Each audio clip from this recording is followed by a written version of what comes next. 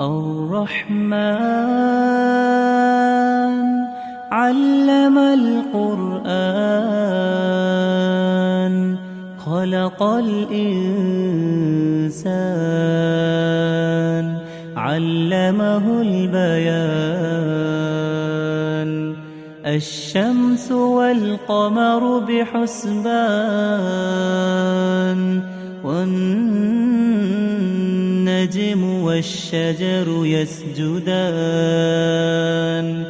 والسماء